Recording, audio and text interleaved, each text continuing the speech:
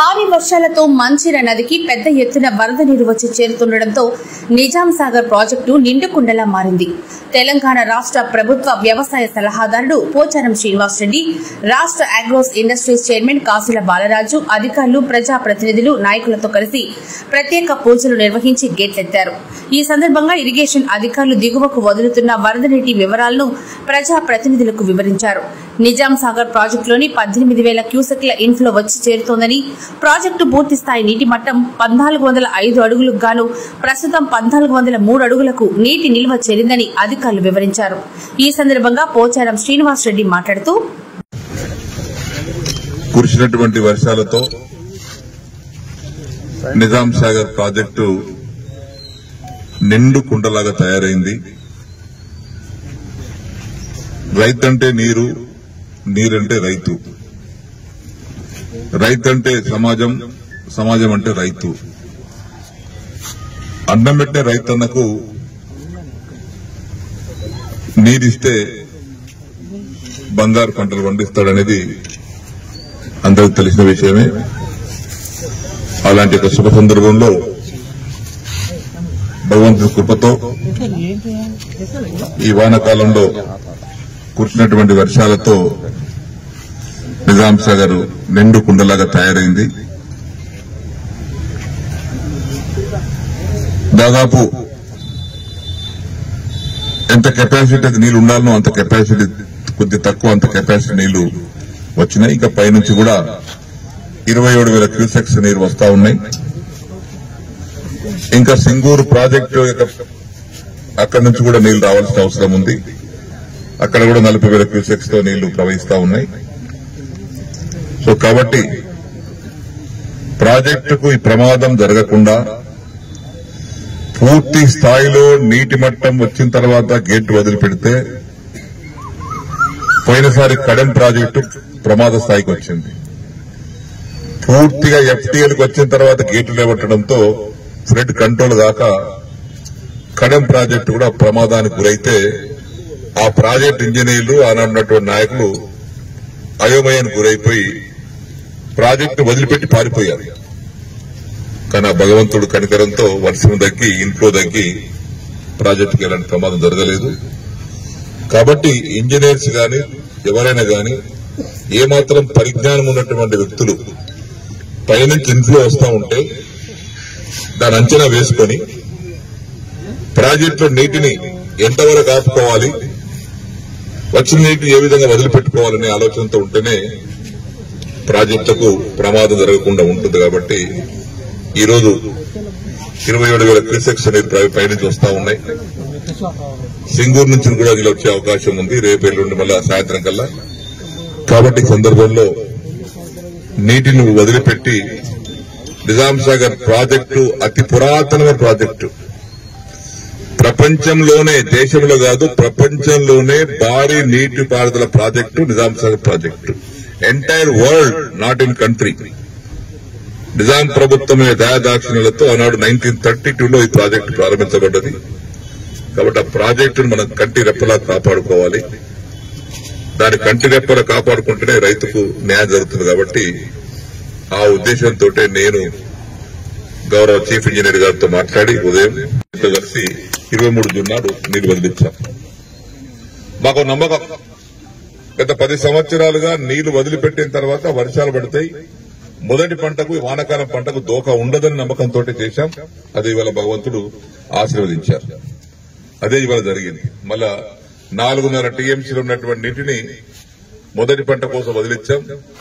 నారుమళ్లు ముదిరిపోతున్నటువంటి రైతాంగాన్ని నీరందించాం. ఒక్క గుంట కూడా ఎక్కడ కూడా పడితే లేకుండా నిజాం సాగర్ ఆయకట్టు కింద 1,30,000 ఎకరాలు ఉంది. అల్లిసాగర్ వరకు 1,30,000 ఎకరాలు. అందులో 7,000 ఎకరాలు నిజాం సాగర్ జూకల్ కాన్స్టిట్యున్సీ మండలం ఉన్న జూకల్ కాన్స్టిట్యున్సీ ఏరియా ఉంది. 92,000 ఎకరాలు నిజాం సాగర్ ఉంది. దాదాపు 25,000-30,000 ఎకరాలు బోధన కాన్స్టిట్యున్సీ ఉంది. 1,30,000 ఎకరాలకు నీరు సరిపడు నీరును మేము 4.6 టీఎంసీ ఉన్నప్పుడే ఒక తడి నీరు వదిలించుకున్నాం. నాట్లేసుకున్నారు అందరూ.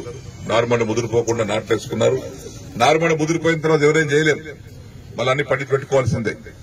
సకాలంలో గౌరవ ముఖ్యమంత్రి గారి అనుమతితో వారి ఆదేశాల ప్రకారంగా ఈనాడు రేవంత్ రెడ్డి గారు చెప్పినటువంటి ప్రకారంగా నీరు వదులుకున్నాం. సక్సెస్ఫుల్ గా నీరు వదులుకుని నాట్లేసుకున్నాం. భగవంతుని కృపతో ఈరోజు నిండిపోయింది. ఎలాంటి దోఖా లేదు. ఇటు భగవంతునికి హృదయపూర్వక ధన్యవాదాలు. మాకు అనుమతించినటువంటి ముఖ్యమంత్రి రేవంత్ రెడ్డి గారికి కూడా హృదయపూర్వక ధన్యవాదాలు. లేకపోతే ఆయన అనుమతి ఇవ్వకపోతే నీళ్లు లేవు కదా సీనన్న మరి ఎట్లా వదులుదామని ఆయన భయపడి ఉంటే మేము కూడా ఏం చేసేవాళ్ళం కాదు. ఎందుకంటే పార్టీ ప్రభుత్వ అధినేత కాబట్టి ముఖ్యమంత్రి గారి అనుమతి లేకుండా మేము ఎవరు కూడా ఏం చేయలేము. ప్రభుత్వ అధినేత ఆదేశాలు లేకుండా చీమ కూడా జరగదు. కాబట్టి వారు సానుకూలంగా రైతుల పక్షపాతిగా వారు అనుమతిచ్చారు. నేను వెంటనే శ్రీనివాస్ గారికి ఫోన్ చేసి ఇట్లా వస్తున్నాను, శ్రీనివాస్ గారు జూకల్ ఎమ్మెల్యే గారు వస్తున్నారు, నేను కూడా వస్తున్నాను. 23 తారీఖు నాడు 9 గంటలకు ప్రోగ్రాం పెట్టుకున్నాం. మంచి ముహూర్తాన నాకు నమ్మకం ఏంటంటే నిజాం సాగర్ కెనాల వదిలిపెడితే వర్షం పడతారు. ఇది నేను 40 సంవత్సరాలు చూస్తున్నాను. ఇది నిజాం సాగర్ కెనాల్ వదిలిపెట్టండి వర్షం పడతారు. అదే జరిగింది. వల్ల వదిలిపెట్టే 10 రోజులకే వర్షం పడ్డది. మేము కెనాల్ 15 రోజులు నడపాలి. యాక్చువల్ మొదటి విడత వచ్చినప్పుడు 15 రోజులు కెనాల్ నడపాలి. 10 రోజుకే పెద్ద వర్షం పడ్డది. కెనాల్ బంద్ చేసింది. ఆ నీళ్లు కాపాడుకున్నాం. ఈ రోజు నిండు కుండలాగా తయారైంది కాబట్టి రైతుకు దోఖా లేదు.